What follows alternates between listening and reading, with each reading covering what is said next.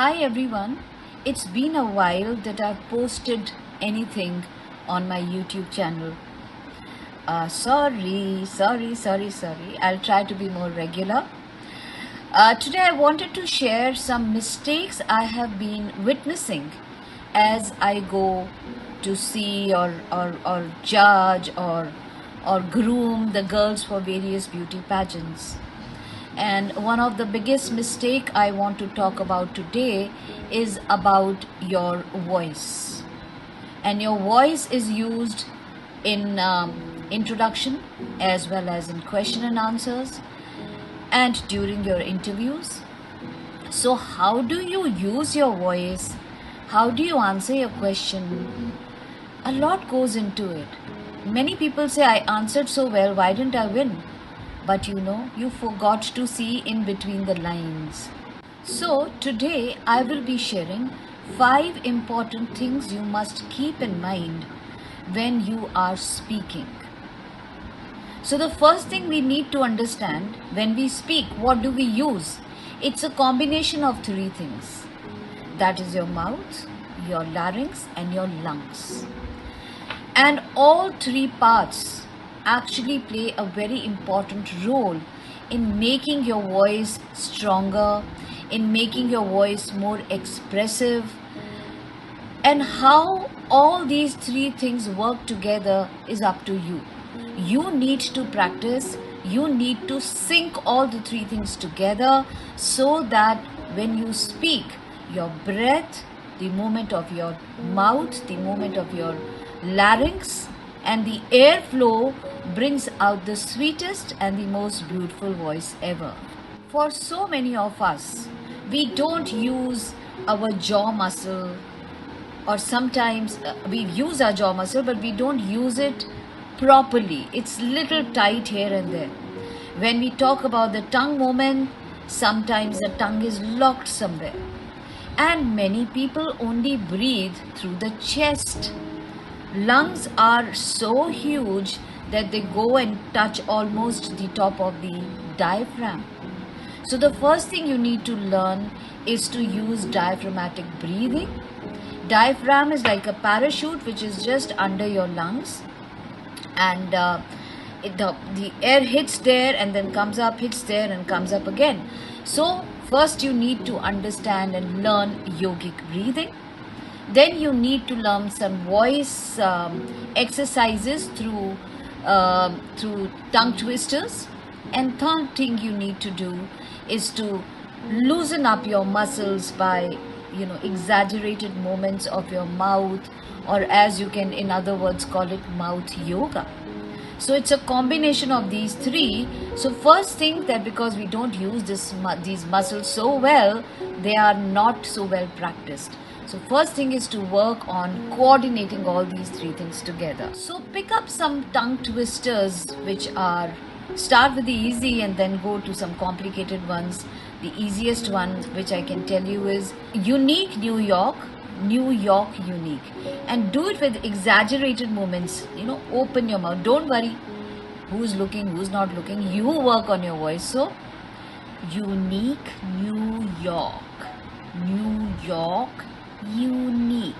Use even when you are reading, use all the muscles. Pick up a character and become a character. Hello, how are you? My name is so and so. Exaggerated movements of your face, of your lips, open, move, and slowly all these muscles will start relaxing, and the voice which will come out will be much more nicer. The second thing is that you need to be aware about your voice distortions. Voice distortions in a way that when we speak, our thoughts should flow like a river. When a river is flowing and a boulder comes, either the water will stop or go around it or go over it and make some sound. So these boulders, if they are put at the right places, can work wonders for you, but if they are not at the right places, can go wrong. So filler words. So many girls I have seen recently, they start their answer with, when the answer comes, thank you for the question, blah blah blah, and then they start by saying, well, and then they answer the question. Why do you have to put that well there first? You can simply start your answer by repeating the question which is being put to you, the part which needs to be answered, and start answering. So, well, you see, do you get me? All these words are filler words and they distort your messages. So people get distracted. So your answer should flow like a river. There should not be any boulders or things to stop what you're trying to say. Another big mistake, that is point number 3. Another big mistake which I've seen a lot of girls do is that they are not their authentic self. They try to put on an accent and try to speak with an accent. For some of us, English is not our first language. But when, we think in Hindi and we try to speak in English. And when we do that, we are looking for words. We are trying to connect the words and make a sentence. So I would suggest that speak in whichever language you're comfortable with first. And 2, do not try to put an artificial accent. Whatever you are, speak. Yes, your pronunciations should be correct.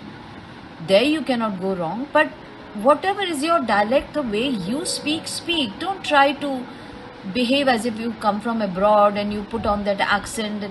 It doesn't go well, because normally you're speaking absolutely normal when we see you, and all of a sudden when we are asking you a question or you're giving your introduction, we see that accent. So there is no congruency between who you are and your voice. Very important to note that. Number 4 point, emphasize on certain words. Put power in certain words. But when I say power, that doesn't mean raising your voice or shouting at those particular words. Just stress on those words. For example, you are saying that I'm a citizen of India. This is a normal sentence. So you are saying, I am the citizen of India. So you stressed on India. You didn't say, I'm the citizen of India. No. So a lot of girls have a misconception that when we say stress on the word or emphasize the word or put power in that word, they shout at those words. And when you shout, it's not so sweet to the ears, and somehow the message you're trying to give or what you're actually trying to do to get that attention, that particular thing gets lost. So don't shout. When I say stress or emphasize a word, that means put power into those words. They should be heavy, but they should not be loud. There's a difference in shouting and putting strength in the words. Another important thing, point number 6, is the rate of speech. When we are thinking hard, we are trying to connect our thoughts and our voice or words together, and in that process 2 things may happen. Either you will speak very fast or you will speak very slow. Both the cases are not right, because if you're too fast, people will not get you. If you're too slow, you will put off people to sleep. So you need to find the right rate of speech. It's basically 120 to 140 words per minute. But if you go beyond that, or if you're too slow, you will lose the essence of the message which you're trying to give. So these were some of the things which I have been observing lately, and I wanted to point them out to you so that when you practice your talk, your speech, your introduction, your question and answers, you keep these 6 points in mind. So all the very best till I see you again. Stay blessed and follow for more.